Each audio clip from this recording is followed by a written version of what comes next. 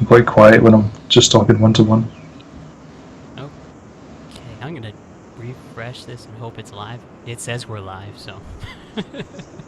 Welcome everyone to this Socialblade live stream. If we're not live, let me know, but it looks like it's live. So I'm gonna take YouTube's advice. It's stating that we're good. Today we're gonna be talking with our guest here, ScottishGeeks. Hello there. Probably close the chat room and make it more presentable. There we go. Yep. We're definitely on. Watching some great videos. What was the channel that you linked me just a few minutes ago? Dead Parrot. It's just so much fun. It's just two old guys reenacting just talking YouTube comments from, lots of youngsters who like to talk about One Direction and Justin Bieber. And, I feel dirty even seeing the name. Yeah.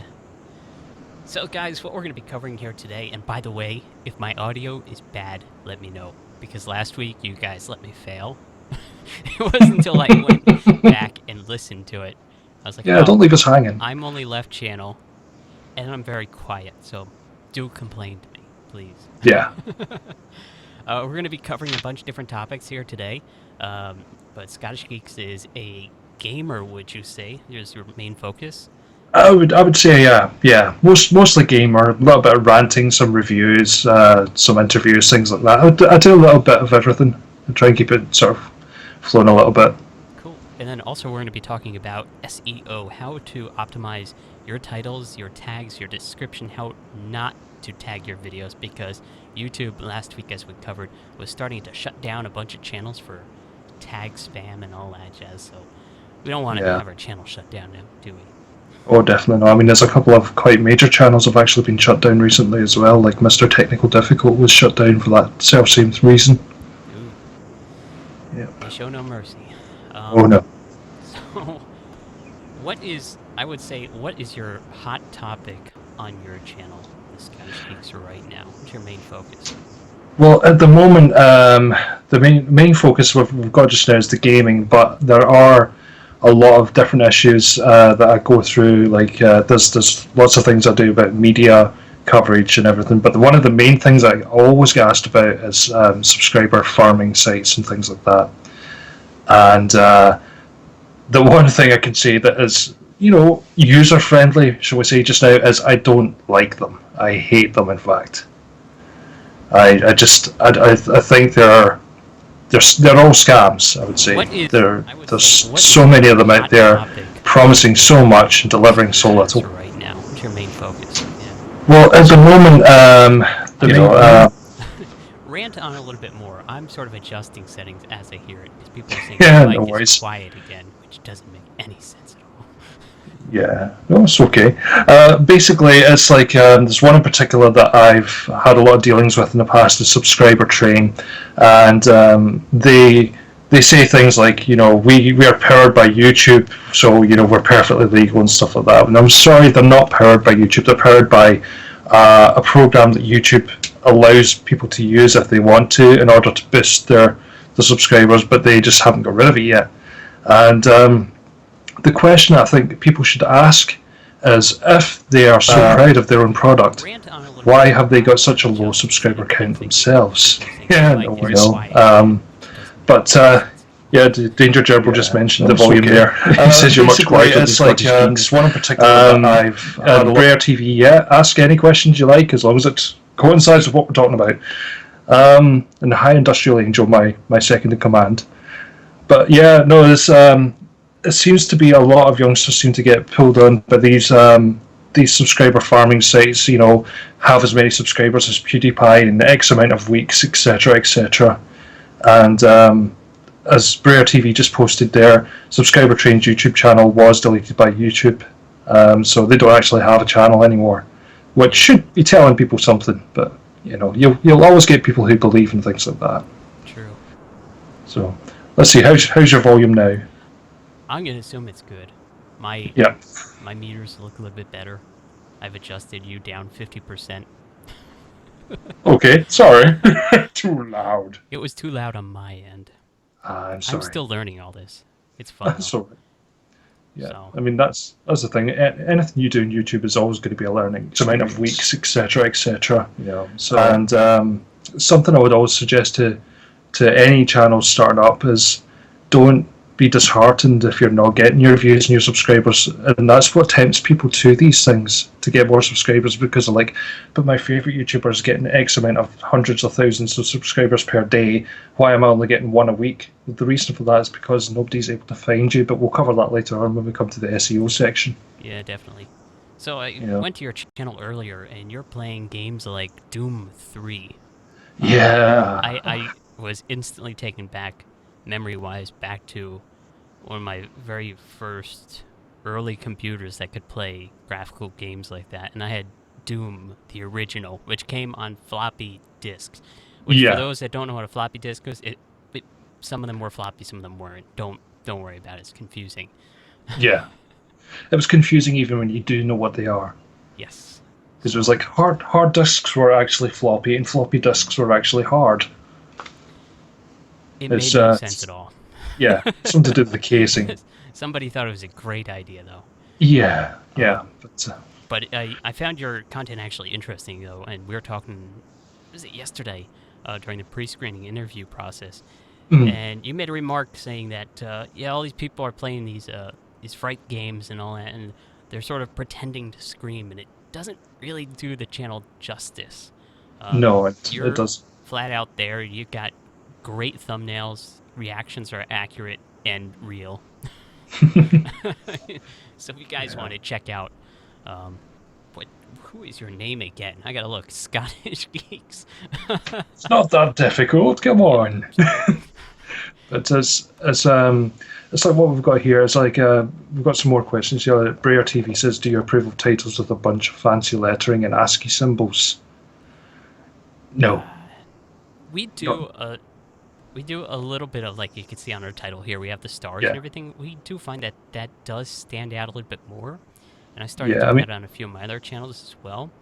It's okay as long as it's not taking up your entire title that way. Don't go over the top. I mean, you've got to have some detail for people to search for, because search goes by the title mostly. So don't make your title of your video a bunch of stars. No, definitely not. No, because then nobody's going to know what it is. There's what else is it? Industrial Angel says it takes a lot of hard work and persistence, and we're making her feel really old with the floppy disks. I'm a year older than her, so what does that tell you? I mean, I've been around since gaming pretty much began. I started gaming when I was 5 years old. It was about 1984. So I'm one of the original gamers. So and I still suck at it. As you'll probably see if you ever watch my videos. It's all really fun, though, right? Oh, definitely. I mean, that's the thing. That's the main reason I do my channel. I didn't start a YouTube channel in order to do something like earn money or gain subscribers or anything like that. It didn't mean anything to me. I started it because I wanted to show people that games could still be fun without having to scream your head off. The minute something flashed on the screen. Yeah. That kind of idea. And while I do get the channels that do that are entertaining, as proven by their popularity, it downgrades the experience for me, because you don't really, when you get the game yourself, you're not going to have that same reaction, so you kind of feel like the game hasn't delivered. Whereas I think if you do proper reactions to a game, just play it as is and do what you would normally do, people are going to understand that, there are scary bits, but no, it's not going to make you scream your head off like a maniac. You are going to get a fright, and it's going to be genuine. Definitely. Yeah. So let's actually shift focus. We're about 9 minutes into this, but SEO can be a huge topic, and we wanted to cover on this as well, because it's actually something that could really rank you up higher. It could either make or break a YouTube channel. So what are your basic guidelines of SEO? I mean, you said yesterday that you actually work for a very large company that does SEO. So he is the guy to talk to. Oh my God. Definitely. But I mean, let's start off with the folks who don't actually know what SEO is. SEO is search engine optimization, and it works for any kind of search engine. YouTube's own search engine, Google search engine, things like that. What it basically means is optimizing your content to be shown towards the top of the ranking. Not an easy task when there's about 100,000 other people releasing the exact same content, but you can make a dent in it if you know what you're doing. And the best thing you can do, the simplest way of doing it is, for example, you mentioned earlier on I was playing Doom 3. So if I wanted to tag that, I would tag it Doom 3 to begin with, because that's what the video is about.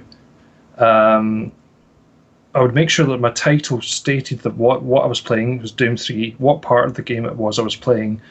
And if you want to add something towards the end of it, you can, but it's not necessary. It's just more for attracting people once they see the title. But it also helps if you make sure that what you've got as your game is prevalent at the beginning, so that that's picked up first by YouTube's search algorithms. And what part it is, so it can put it in the right order as well. So tagging is definitely important when it comes to order of which things to put first. Definitely. I mean, if you're once you go down the page, I mean, once you've got your title in, make sure it's relevant to what you're doing. You go into your description and make sure some of what you've already said is in your description as well, because the YouTube algorithm also looks for that as part of it.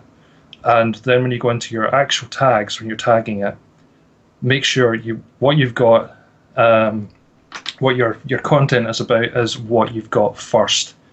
What you want people to search for first and foremost is what you should have as your tags. Anything else after that, again, is basically just like a cherry on the cake. It's not necessary, but it can help. But this is the crux of it. Make sure it's relevant.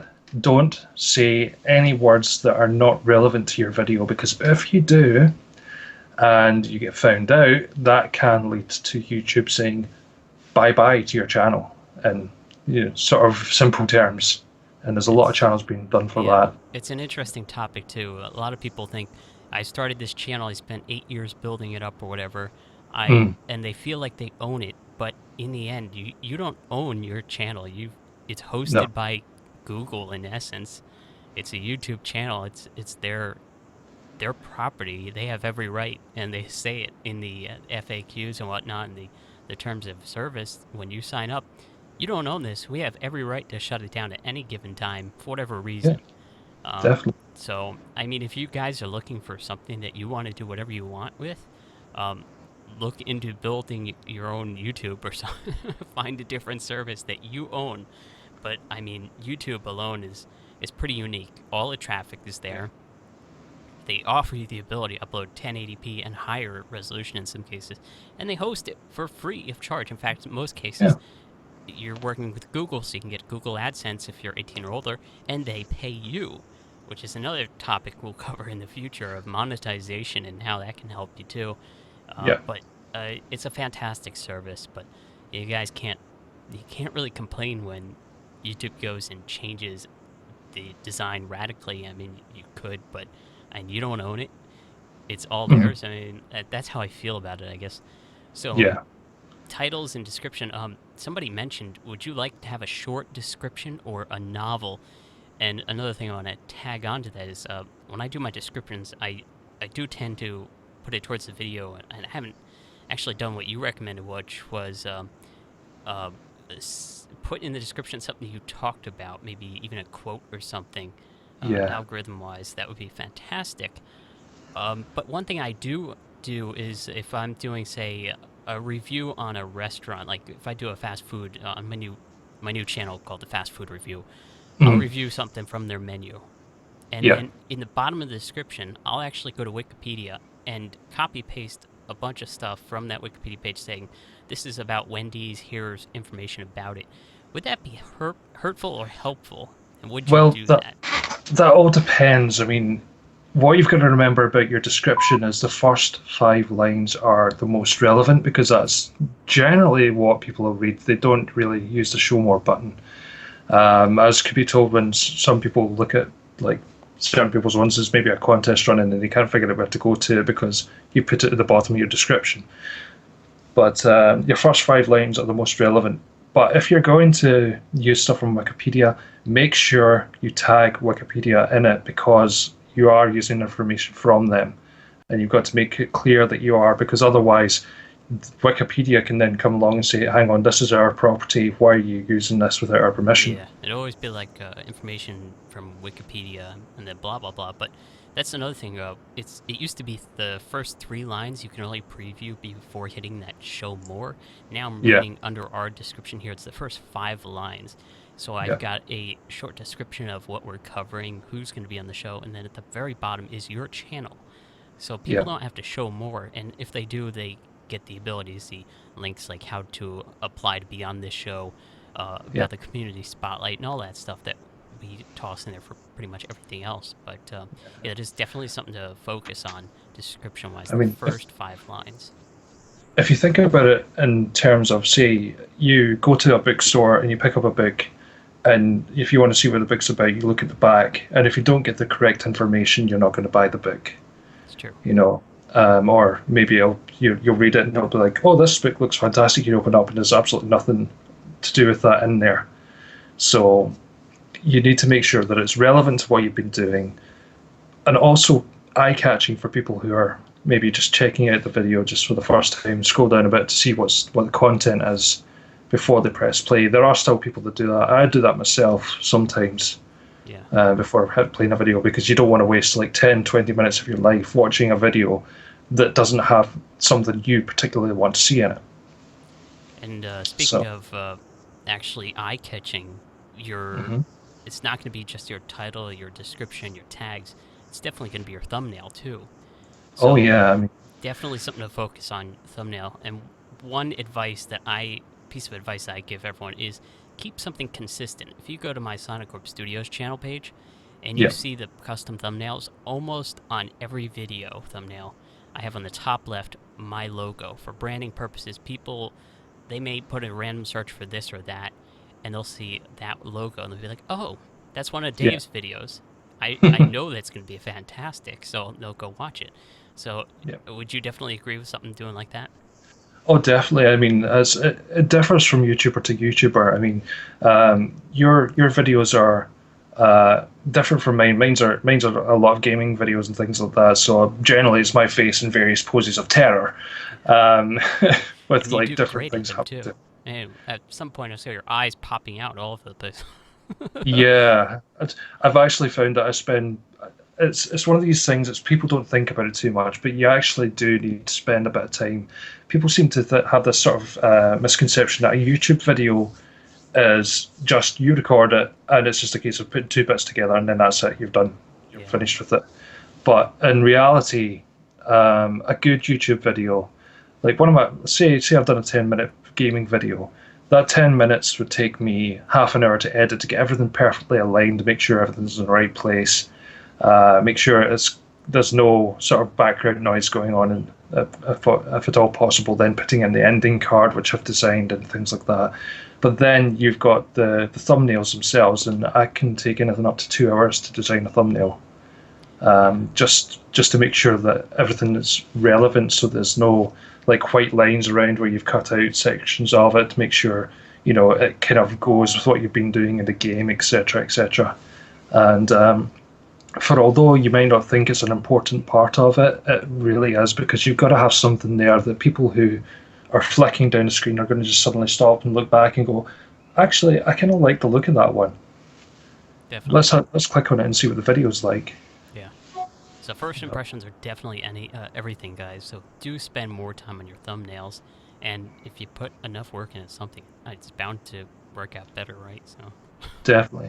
And I mean, you don't even have to buy expensive programs to do it. I mean, there's a lot of free programs out there as well that you can use to do your thumbnails, etc. And yeah, a lot of people think you got to go and find a copy of Adobe Photoshop because that's what everyone uses. Paint.net, GIMP, both are fantastic free programs. And, I started using. Just do some searching and find tutorials on how to learn those, and they're actually easier in most cases than Photoshop, which is way too expensive, overly complicated, but apparently people love it. Yeah, I've had a couple more comments here. Industrial Angel says, Wiki most of the time gives you the wrong info. Yeah, it does. Brea TV, do you think that you should have as many tags as possible or as little, maybe in between? I think you should only have relevant tags. And generally, on videos, I'll have maybe 5 or 6 tags. And one thing I would advise is if you want to make sure your channel's a brand, is make sure that you're tagging your channel in it. So I'll put like Scottish Geeks in it. I'll do Scottish, Geeks, so that I've got the 2 different kinds of tags in there, so that if people are just looking specifically for the channel, they can find all my videos in the one section. Definitely. You stated the ending card a few minutes ago. A lot of people probably don't even know what that is. Can you give me an explanation for someone that doesn't know what an ending card is? How it's designed, what it's worked into production-wise, and how it can help your production? Well, basically, an ending card, this is something I've only just recently started doing because I thought there was going to be too much work going into it. And there is a bit of work, but basically it's just like a static sort of screen. Like you can design this in Photoshop or whatever, where you'll have some text that says subscribe or your store or something like that, with a box where you can put your previous videos or your next videos in. And basically, once you've got that and you've set your video, your overlay video onto the boxes, you put that at the end of your video, with music, without, it's entirely up to you. That allows people to then click subscribe or click to go to your store or click to go to your charity event or whatever, or your next video or playlist a lot more easily without having to go through the rigmarole of clicking back and searching through your channel for the videos they want to see. Yeah, and so that's going from one video or one playlist to another is definitely got to help your search a little bit more, your search rank, because I'm not sure if it's still this way, but YouTube at some point was looking at audience retention as a way to rank up higher. So if you can keep people watching and going from video to video, it's definitely something worth doing. In fact, I've started doing this with most of my videos, and we're going to start it on the Socialblade channel here. It's kind of hard to work into a live show like this, but yeah, at some point you just get the main video, it shrinks down maybe 50%, and then you got these different menu items. You don't want to just put it at the end of the video after you're done talking, because you got to keep the audience attention, and the only way you're going to do that is if you keep talking on the subject that you were originally. But at the same time, you want to also be like, hey, notice this over here on the right. There's more options that you could probably check out after this video. So it's a fantastic way to keep people engaged there. The way I do it is when I'm saying my outro section, where I'm telling people, like, I'm asking people to remember to watch more videos, etc., and then I say bye-bye, I start up the ending card music just slightly over it with the tone slightly down. It just rises until it gets to the point where the ending card begins. And that's another thing, is make sure that you don't use copyrighted music. It's a big no-no. It's true for YouTube, it's true for any online source. Copyright goes further than YouTube and all the popular hosting sites.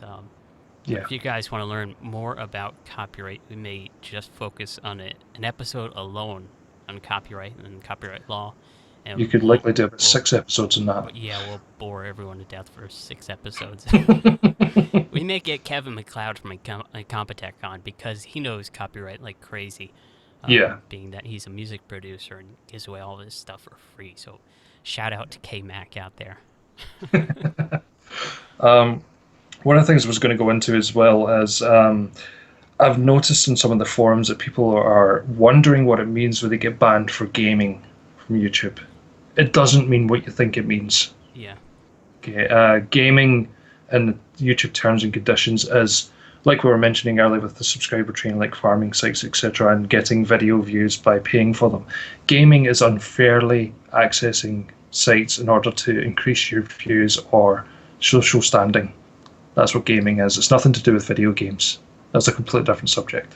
Yeah, that confused me and a bunch of other people, because we saw when they were getting shut down for the whole tag spam thing in their descriptions, it listed a bunch of things, including gaming. And I was like, yeah. Think of it in terms of hunting. It's like hunting. It's like illegally hunting for things. Yeah. So, like hunting for game. So that's an interesting thing to think about. Let's start wrapping this up.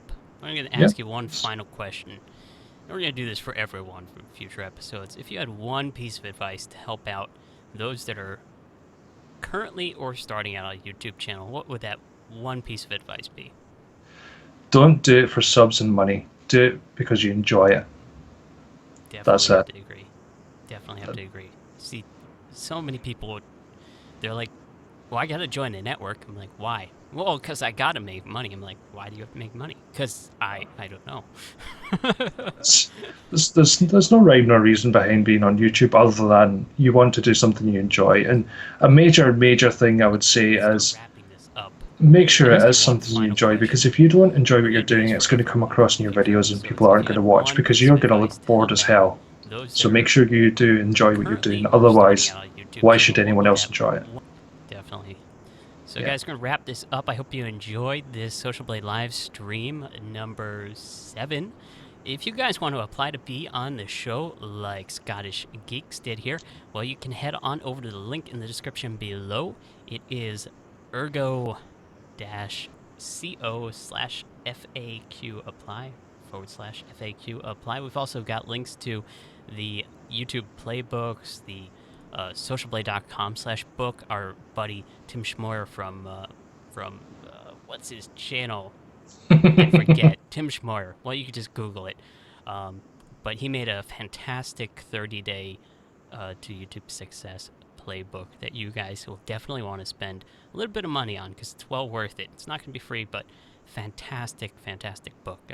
I've been reading it slowly myself, and even if you're someone that doesn't like things like optimization or you don't understand the lingo that goes with it, this is very well laid out, so I can promise you it'll be a benefit to your channel, and within time it'll pay off. You'll probably gain benefit out of that. What else? Any closing thoughts? You guys know how to apply.